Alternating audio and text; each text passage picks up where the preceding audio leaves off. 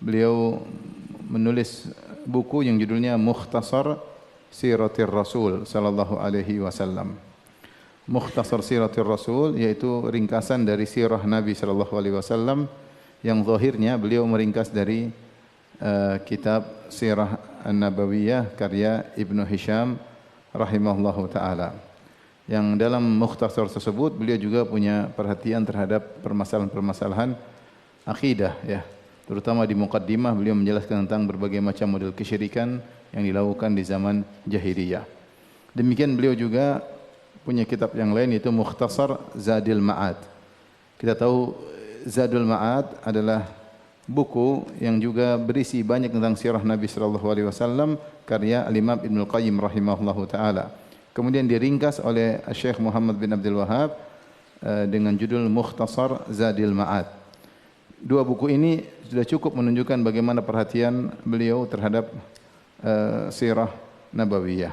Karena kita tahu bahwasanya sirah Nabi Muhammad sallallahu alaihi wasallam adalah salah satu dari mukjizat Nabi sallallahu alaihi wasallam sebagaimana dijelaskan oleh Ibnu Katsir rahimahullahu taala. Ibnu Katsir menyebutkan bahwasanya mukjizat Nabi sallallahu alaihi wasallam terbagi menjadi dua ya. Yang pertama disebut al-mu'jizat al-hissiyah dan yang kedua namanya al-mu'jizat al-ma'nawiyah. Al-mu'jizat al-hissiyah maksudnya adalah hal-hal yang ditangkap oleh indera ya, seperti keluarnya air dari tangan Nabi sallallahu alaihi wasallam ya. Seperti makanan yang tiba-tiba jadi banyak ya.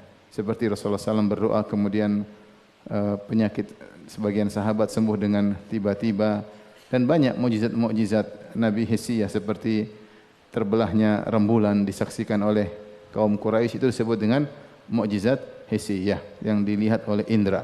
Dan rata-rata mukjizat para nabi semuanya adalah mukjizat hissiyah. Semuanya mukjizat hissiyah. Mulai dari mukjizat atau kejadian luar biasa dari zaman Nabi Nuh sampai Nabi Isa alaihissalam semuanya terkait dengan hissiyah. Seperti Nabi Musa alaihissalam mukjizatnya terkait dengan tongkatnya, memukul tongkatnya maka laut terbelah, kemudian laut pun ya, air mengalir ke atas ya menyelisih aturan alam yang harusnya air mengalir dari tempat tinggi ke bawah malah mengalir ke atas. Ini semua terlihat. Demikian juga tongkatnya berubah jadi ular, kemudian berubah jadi tongkat lagi. Kemudian tongkatnya kalau dipukul ke batu keluar keran air 12. Demikian juga Nabi Isa alaihissalam semua mukjizatnya hissiyah, yaitu Nabi Isa menyentuh orang yang buta bisa melihat kembali, kemudian menyentuh orang yang terkena penyakit baros bisa sembuh, ya bahkan orang yang meninggal bisa hidup kembali. Dan demikian seluruh mukjizat para nabi adalah hissiyah terlihat. Mukjizat Nabi mukjizat Nabi Saleh alaihi salam yang terkait dengan onta karena di zaman itu orang lagi viral tentang hewan onta karena mereka tinggal di padang pasir sehingga perhatian mereka terhadap hewan ini, hewan yang menjadi kebanggaan mereka. Tiba-tiba Allah datangkan onta yang menakjubkan, yang tiba-tiba besar, keluar dari batu, langsung bunting tanpa jantan, kemudian luar biasa, kalau minum sangat banyak, kemudian mengeluarkan susu yang sangat banyak, dan itu semua mukjizat hissiyah. Dan seluruh mukjizat para nabi adalah hissiyah. Nabi SAW punya mukjizat istimewa, yaitu mukjizat ma'nawiyah, mukjizat ma'nawiyah. Dan mukjizat nabi yang ma'nawiyah yang kedua adalah akhlak Nabi sallallahu alaihi wasallam.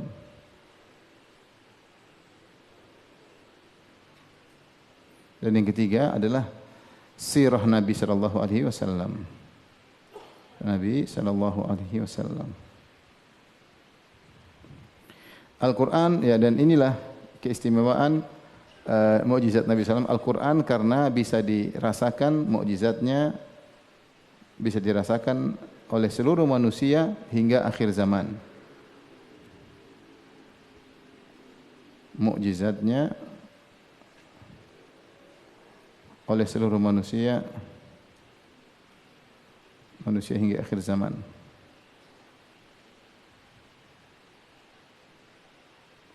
Ini sudah saya bahas panjang lebar. Saya tidak akan ulangi lagi tentang masalah mukjizat mukjizat Al-Qur'an ya dalam pengajian khusus. Tapi saya ingin memberi gambaran sedikit. Mukjizat para nabi sebelumnya hanya bisa dilihat oleh kaumnya. Hanya bisa dilihat oleh apa? Kaumnya. Tongkat jadi ular. Siapa yang bisa lihat? Yang bisa lihat cuma yang hadir ketika itu. Ya, kemudian Nabi Isa menyembuhkan, yang bisa lihat cuma yang hadir ketika itu. Nabi Yusuf yang tampan luar biasa, yang bisa lihat ya yang hadir ketika itu. Nabi Yusuf bisa menafsirkan mimpi tanpa ada kesalahan sama sekali. Siapa yang bisa tahu? Ya orang-orang ketika itu. Ya. Kemudian onta Nabi Soleh, siapa yang bisa lihat? Ya orang-orang ketika itu.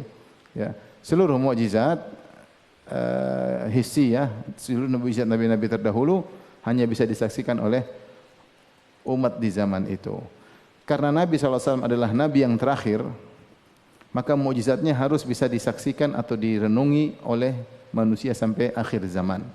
Maka Allah pilihkan bagi Nabi selain mukjizat hissiyah yang hanya dilihat oleh orang-orang di zaman Nabi, Allah juga memberikan kepada Nabi mukjizat apa? Ma'nawiyah yang bisa disaksikan oleh orang sampai akhir zaman. Faham? Makanya kata Nabi sallallahu alaihi wasallam, "Ma minal anbiya'i nabiyyun illa waqad u'tiya minal ayati ma mithluhu amana alaihil bashar." Tidak seorang nabi pun kecuali telah diberikan mukjizat yang seharusnya bisa membuat orang-orang beriman, yaitu keajaiban dari Allah yang membuat orang bisa beriman. Semua nabi diberikan. Wa innama kana alladhi utituhu wahyan yuha ilayya. Adapun mukjizat yang Allah berikan kepadaku wahyu. Artinya mukjizat yang paling spesial. Nabi juga punya mukjizat yang hissiyah, tapi yang paling spesial adalah wahyu Al-Qur'an yang Allah wahyukan kepadaku. Wa inni la arju an akuna aktsaral anbiya'i tabi'an yaumal qiyamah. Dan aku berharap aku adalah nabi yang paling banyak pengikutnya pada hari kiamat. Kenapa? Di antara keistimewaan mukjizat ma'nawiyah bisa disaksikan sampai hari kiamat. Sampai sekarang orang melihat bagaimana mukjizat Al-Qur'an. Luar biasa. Mukjizat sangat banyak sekali.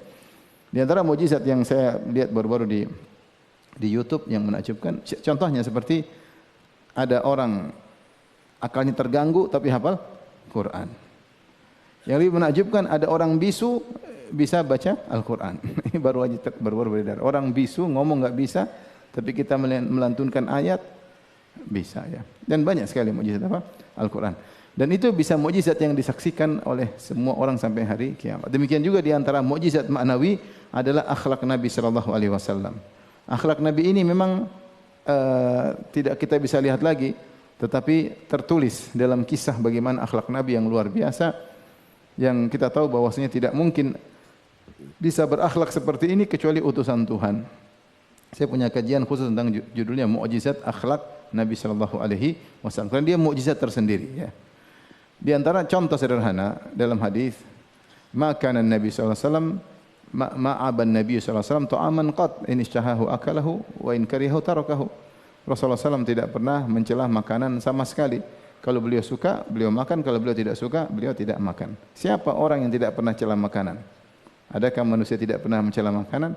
Tidak ada. Nabi seumur hidup sejak jadi Nabi tidak pernah mencela makanan. Kita makanan sering kita komentari. Kata Imam Nawawi maksudnya tidak pernah mengatakan terlalu asin, kurang asin. Kita mana ada yang tidak pernah mencela makanan. Makanan gratis aja kita cela. Itu pun habis. Apalagi yang kita bayar ya. Sampai-sampai yang menakjubkan ketika Nabi dipaksa untuk komentar makanan, ketika Khalid bin Walid makan dhab, maka Khalid bin Walid berkata, "Ya Rasulullah, engkau tidak makan dhab, aharamun hu? Apakah haram? Kenapa kau tidak makan dhab?" Yaitu Rasulullah SAW disuruh berkomentar, kenapa tidak makan apa? Dhab. Maka beliau menjawab dengan jawaban yang menakjubkan. Beliau mengatakan, "Lam yakun bi ardi qaumi fa ajiduni a'afuhu." Ini tidak ada di kampungku, maka aku mendapati tidak bisa makan dhab tersebut. Dia tidak bilang ini apa ini kadal gurun. Dia bilang ini tidak ada di kampungku sehingga aku mendapati diriku tidak bisa makannya. Disuruh komentar tetap saja tidak mencela apa? Makanan. Ya, dan itu kita lihat ini saja, ini tidak mungkin ada manusia bisa seperti ini kecuali siapa? Utusan Tuhan. Maka akhlaknya bagi siapa yang menelaah akhlak Nabi, dia tahu bahwasanya Nabi adalah utusan Allah Subhanahu wa taala. Dan di antara mukjizat Nabi yang maknawiyah adalah sirah Nabi. Ini saya dapati dua ulama yang menyatakan demikian. Sebelum Ibnu Katsir di abad ke-8, sebelumnya Ibnu Hazm rahimahullahu taala. Beliau berkata, "Fa inna sirata Muhammadin sallallahu alaihi wasallam liman ta'ammalaha taqtadi tasdiqahu daruratan wa tashhadu lahu bi annahu ya mursalun min indillah." Ya. Siapa yang mengamati sirah Nabi sallallahu alaihi wasallam dengan penghayatan, maka dia tahu bahwasanya sirah ini menunjukkan Muhammad pasti benar. Muhammad pasti benar. Dan dia pasti utusan Tuhan. Falau lam yakun lin Nabi sallallahu alaihi wasallam mu'jizatun ghairuha lakafa. Kata Ibnu Hazm, seandainya tidak ada mukjizat bagi Nabi selain sirahnya sudah cukup. Kalau tidak ada mukjizat bagi Nabi kecuali sirahnya sudah cukup untuk menunjukkan dia seorang nabi. Apa maksudnya sisi sirah Nabi? Sisi mukjizatnya di mana? Sisi mukjizatnya yaitu Allah mendesain cerita Nabi dengan luar biasa. Cerita tersebut yang dari kehidupan Nabi selama 23 tahun memunculkan prototipe kehidupan yang semua hukum-hukum yang akan kita dihadapi kaum muslimin sampai hari kiamat, semua sudah terangkum dalam sirah Nabi sallallahu alaihi wasallam. Allah desain, Allah atur bagaimana sirah Nabi seperti itu. Makanya kita mau ikut teladan Nabi apapun ada contohnya, di mana Allah berfirman, laqad kana lakum fi Rasulillahi uswatun hasanah. Sungguh pada diri Nabi ada teladan yang baik.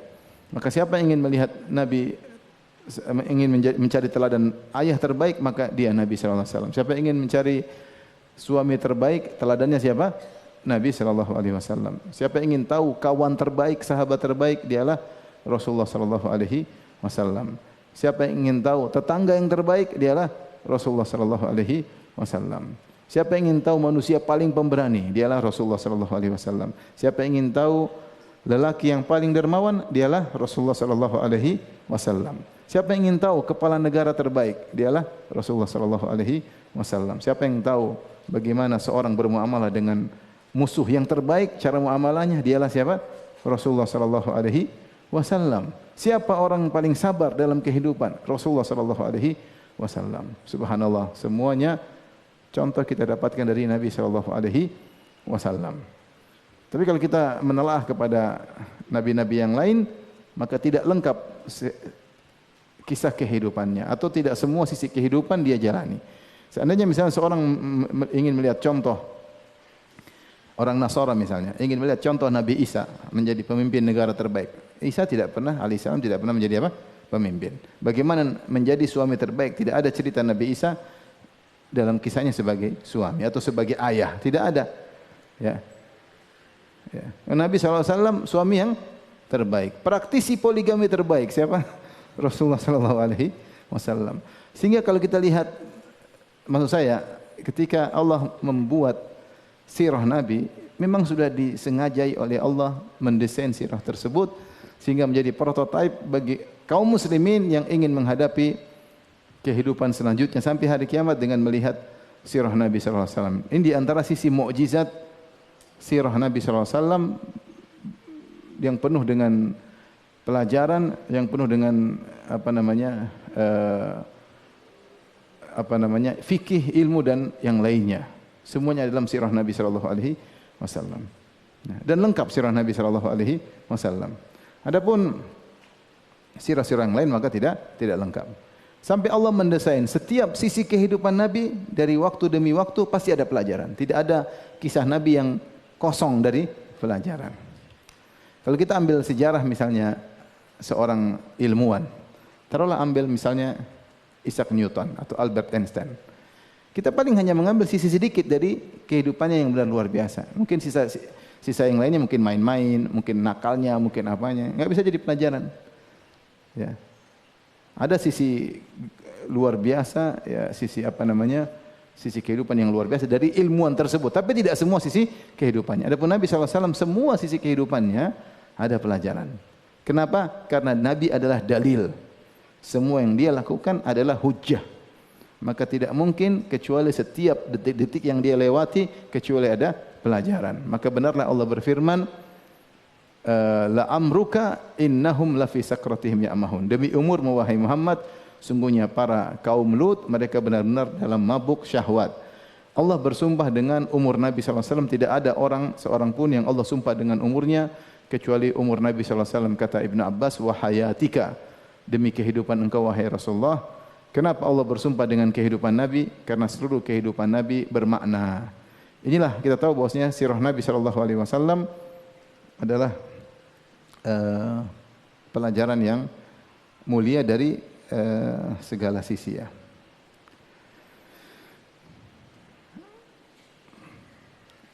Contoh, ya, saya kasih contoh, ya.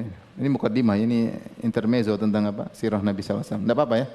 Kita belum masuk dalam materi. Contoh, ya. Rasulullah SAW dalam sirahnya menjelaskan tentang bagaimana muamalah muslim dengan non muslim, ya. Dengan berbagai macam kondisi. Muamalah muslim dengan non muslim. Maka Allah membuat kisah tentang muamalah muslim dan non muslim dengan berbagai macam kondisi yang itu merupakan undang-undang yang berlaku bagi kaum muslimin dalam menyikapi non muslim di kemudian hari. Maka kalau kita perhatikan, ya, misalnya muamalah muslim dengan non muslim. Saya secara ringkas saja. Rasulullah SAW ada fase Mekah. Fase Mekah. Ketika di fase Mekah, kaum muslim dalam kondisi apa? Kuat atau tertindas? Tertindas. Kondisi tertindas. Ketika kondisi tertindas, apa yang bisa dilakukan? Maka ada beberapa contoh yang mungkin dilakukan oleh kaum muslimin. Yang pertama adalah bersabar. Bersabar. Ini, tidak mungkin melakukan perlawanan, tidak mungkin. Makanya ketika ayahnya Ammar bin Yasir, itu Yasir radhiyallahu anhu dibunuh, ibunya Sumayyah dibunuh, Rasulullah hanya mengatakan sabran ala Yasir fa inna mau'idakumul jannah. Bersabarlah wahai keluarga Yasir, sungguhnya janji Allah bagi kalian adalah surga, ya. Terkadang orang masuk surga dengan cara seperti itu, seperti Ashabul Ukhdud. Ashabul Ukhdud dibakar hidup-hidup puluhan ribu, dan itulah kemenangan bagi mereka. Tidak ada cara lain kecuali apa? Bersabar. Dan tidak mungkin melakukan perlawanan, kaum muslimin sangat sedikit. Kalau melakukan perlawanan maka akan sirna kaum muslimin secara sebab akan selesai. Karena jumlah mereka sangat sedikit, maka Nabi tidak menyuruh untuk melakukan perlawanan. Dan Allah tidak perintah untuk melakukan perlawanan. Kemudian juga misalnya di antaranya kemungkinan yang bisa dilakukan hijrah ke negeri kafir yang lain, yang lebih aman. Seperti Rasulullah SAW menyuruh para sahabat hijrah kemana? Ke Habasyah. Habasyah negeri kafir ketika itu. An-Najasyi masuk Islam belakangan. Ketika berhijrah ke negeri Habasyah, An-Najasyi masih kafir. Namun itu lebih baik daripada menetap di Mekah yang tidak bisa beribadah. Subhanallah, dalam kondisi sekarang bisa dipraktekkan. Ada orang berhijrah dari negeri kafir ke negeri kafir lainnya. Dia belum bisa hijrah ke negeri Islam misalnya, dengan berbagai macam dzuruf dan kondisi. Dan dia bisa menjalankan aktivitas keislamannya di negeri tersebut sebagaimana para sahabat hijrah ke negeri Habasyah 2 kali. Kemudian juga ada kemungkinan hijrah ke kota Madinah, hijrah ke negeri Islam. Ini semua dicontohkan oleh Nabi SAW ketika dalam kondisi sulit. Taib, kita lanjutkan. Fase Madinah. Ternyata ketika Nabi SAW dalam fase Madinah berbagai kondisi. Di antara kondisi yang ada misalnya, pertama adalah bertetangga dengan non-muslim dalam satu negara. Bertetangga dengan non-muslim. Ketika Nabi SAW tiba di kota Madinah, di Madinah itu ada berbagai komunitas. Komunitas di kota Madinah. Ada beberapa komunitas. Yang pertama adalah komunitas Muslim Yaitu muslim apa? Suku Al-Aus, Muhajirin Ansar. Muhajirin dan Ansar. Ansar itu apa sih? Ansar itu suku Al-Aus dan suku Al-Khazraj yang masuk Islam. Penduduk asli kota Madinah, suku Al-Aus dan suku Al-Khazraj yang masuk apa? Islam. Itu namanya Ansar. Itu komunitas muslim. Komunitas yang kedua adalah komunitas musyrik. Siapa komunitas musyrik? Yaitu suku Al-Aus dan Al-Khazraj yang belum masuk Islam. Ketika itu dipimpin oleh Abdullah bin Ubay bin Salul. Dia masih musyrik. Dia baru masuk Islam ketika setelah perang Badar. Karena dia takut kaum muslimin menang, akhirnya dia masuk Islam tapi jadi munafik. Jadi apa? Munafik. Tapi sebelumnya ini komunitas musyrik. Kemudian komunitas Yahudi. Yahudi yang terdiri atas 3 suku. Suku Bani Qainuqa, suku Bani Nadir, dan suku Bani Quraidah. Maka kemudian Nabi SAW membuat suatu perjanjian disebut Wathiqatul Madinah. Wathiqatul Madinah. Di mana dibuatlah undang-undang negara yang mengayomi seluruh penduduk negara tersebut. Yang di mana dalam aturan tersebut jika ada serangan dari luar, maka seluruh penduduk bahu-membahu untuk bela negara. Bahkan harus berinfak untuk bela negara. Tetapi masing-masing agama tidak digabungkan. Nabi berkata dalam aturan tersebut, walil yahudi dinuhum walil muslimina dinuhum. Yahudi punya agama sendiri, kaum muslimin punya agama sendiri. Ini ada kondisi seperti ini, ya. Kondisi seperti ini. Tapi kondisi berikutnya jika ternyata anggota negara tersebut berkhianat. Yahudi terdiri atas 3 suku. Yang pertama apa? Bani Qainuqa. Kemudian Bani Nadir. Kemudian Bani Quraidah. Ternyata 3-tiganya berkhianat. Seandainya mereka tidak berkhianat, Nabi akan biarkan mereka untuk tetap tinggal di kota Madinah. Tapi Bani Qainuqa berkhianat, akhirnya diusir. Bani Nadir berkhianat, hendak membunuh Nabi. Nabi tidak membunuh mereka, Nabi maafkan, Nabi suruh pergi. Turunlah surat Al-Hasyr.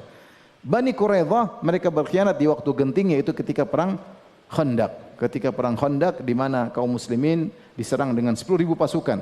إذ جاءوكم من فوقكم ومن أسفل منكم وإذ زاغت الأبصار وبلغت القلوب الحناجر وتظنون بالله الظنون هنالك ابتلي المؤمنون زلزلوا زلزالا شديدا. Ketika 10.000 pasukan dari atas menyerang dan dari bawah 10.000 terdiri atas Quraisy 4.000 orang dan 6.000 dari kabilah-kabilah yang lain, suku-suku Arab Badui. Kemudian dari bawah yaitu Bani Quraidah sekitar 700 pasukan penyerang. Kemudian mereka membatalkan perjanjian damai mereka dalam kondisi genting. Alhamdulillah, kemudian Allah selamatkan kaum muslimin. Idh ja'atkum junudun fa arsalna 'alaihim rihan wa junudan lam tarawha. Maka Allah kirim angin, Allah kirim malaikat, maka mereka pun buyar. Setelah 10.000 kabur, apa yang Nabi lakukan terhadap Bani Quraidah? Nabi sudah berhenti perang, ternyata Jibril mengatakan perang belum selesai. Kita harus perang Bani Quraidah. Akhirnya Rasulullah SAW menyerang, akhirnya mereka semuanya dibunuh. Kenapa? Karena kesalahan mereka kesalahan fatal.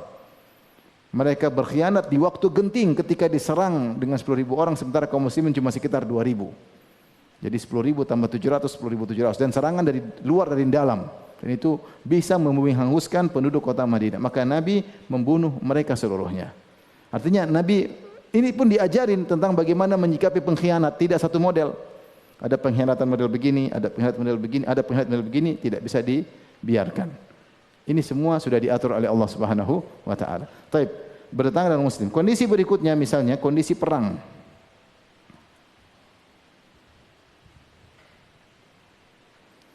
Kondisi perang tentu banyak peperangan dilakukan oleh Nabi sallallahu alaihi wasallam.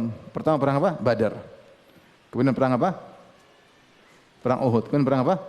Khandaq. Ya, ini perang-perang besar. Ada perang-perang kecilnya. Kondisi perang melawan non-muslim. Ternyata ada kondisi berikutnya yang disebut dengan kondisi berdamai. Berdamai, ada juga kondisi berkoalisi. Berkoalisi. Baik, kapan terjadi perdamaian? Saya sebutkan contohnya ini. Baik. Pada tahun 6 Hijriah terjadi perjanjian Hudaybiyah. Perjanjian Al-Hudaybiyah. Perjanjian Hudaybiyah ini antara siapa dengan siapa? Antara kaum muslimin dengan siapa? Dengan kaum Quraisy. Di mana perjanjian tersebut adalah gencatan senjata selama 10 tahun. Saling bertemu, saling mengunjungi, tidak boleh perang. Pokoknya saling berdamai selama 10 tahun. Ketika terjadi, ini tahun berapa? 6 Hijriyah. Ketika terjadi perjanjian ini, ada dua kabilah kafir yang saling bermusuhan. Yang pertama namanya kabilah Khuza'ah, bermusuhan sama kabilah Bani Bakar. Ini dua musuh bebuyutan. Mereka sudah berperang sejak zaman jahiliyah. Maka ternyata ketika mereka tahu kaum muslimin berdamai dengan Quraisy, maka kabilah Khuza'ah berkoalisi. Berkoalisi dengan siapa? Dengan kaum muslim. Ini musyrik ya, ini musyrikin. Kemudian musuh mereka Bani Bakar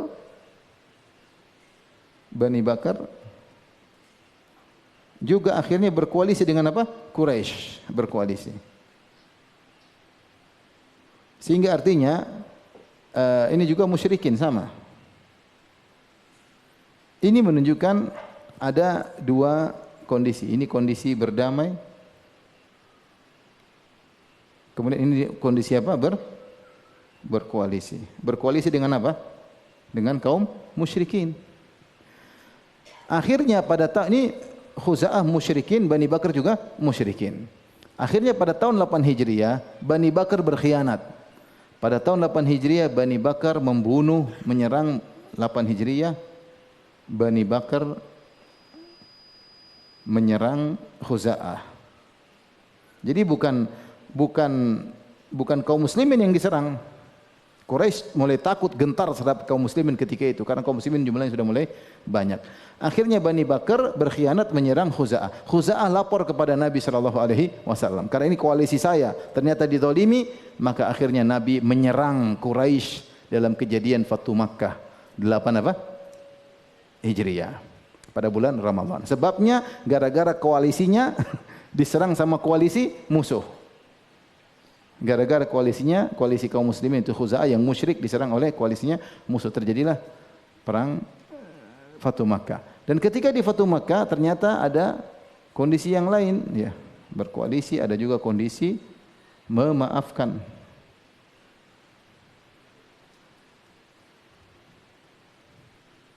Ya, memaafkan. Oleh karenanya, antum lihat ternyata kalau kita melihat bagaimana muamalah kaum muslimin dengan muslim saja, ternyata Allah sudah mendesain dengan berbagai macam peristiwa yang itu bisa menjadikan kita sandaran, acuan dalam menghadapi masalah-masalah, bahkan masalah-masalah kenegaraan di kemudian hari. Tidak seperti pemahaman sebagian orang-orang yang mengatakan hubungan antara muslim dan non-muslim adalah perang selalu. Itu enggak benar.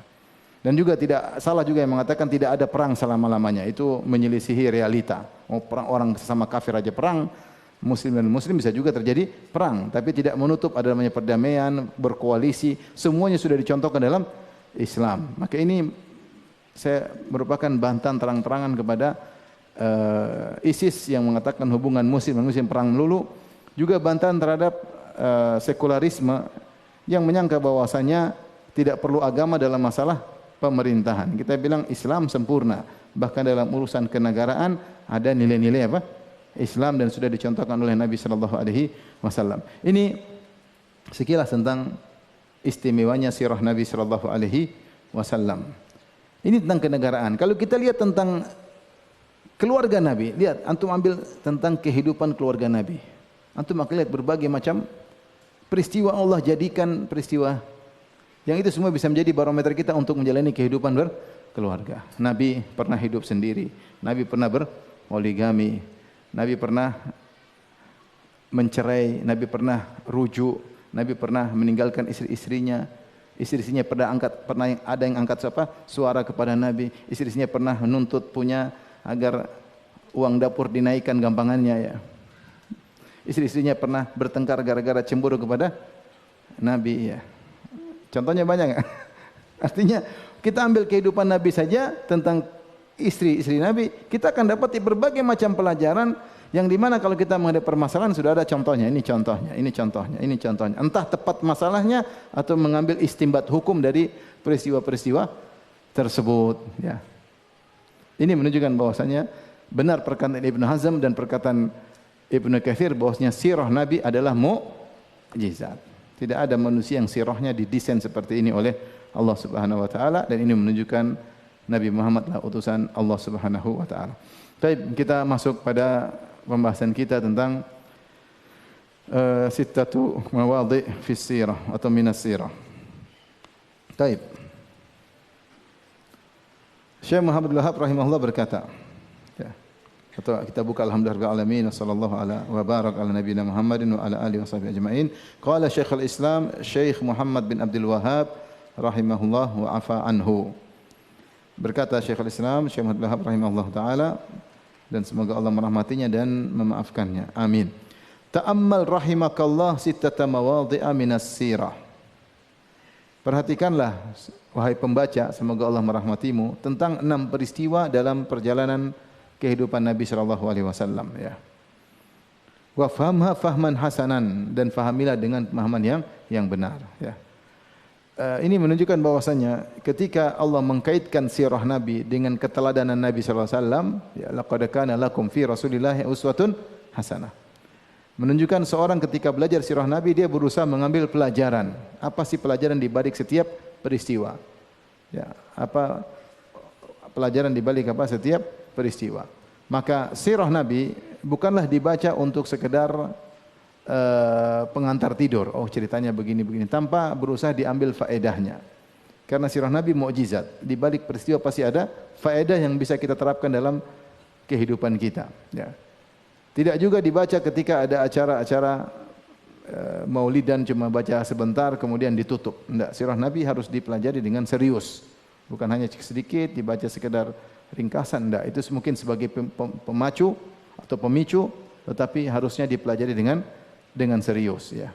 Tidak juga dibaca hanya sekedar untuk mencari keberkahan, sebagaimana sebagian orang membaca Sahih Bukhari tanpa dipahami, yang penting baca dapat berkah. Kalau baca Sahih Bukhari maka rumah akan aman, dan ini bukan begitu. Bukan itu tujuan kita baca hadis-hadis Nabi sallallahu alaihi wasallam. Maka kita tidak baca sirah bukan sekedar mencari keberkahan, tidak. Kita baca sirah Nabi sallallahu alaihi wasallam untuk kita ambil pelajaran dari sirah tersebut. Karena setiap peristiwa yang dialami oleh Nabi pasti ada pelajaran, karena Allah berfirman, laqad kana lakum fi Rasulillahi uswatun hasanah. Sungguh pada diri Nabi ada teladan yang baik. Maka beliau mengatakan, perhatikanlah 6 peristiwa ini. Itu beliau pilih dari sekian banyak peristiwa. Kemudian beliau berkata, wa fahama fahman hasanan, pahamilah dengan baik. La'allallaha an yufhimaka dinal anbiya litatba'ahu atau litattabi'ahu. Semoga Allah membuat engkau paham tentang hakikat agama para nabi untuk kau ikuti. Wa dinal musyrikin litatrukahu, agar engkau juga memahami hakikat agama kaum musyrikin untuk kau tinggalkan.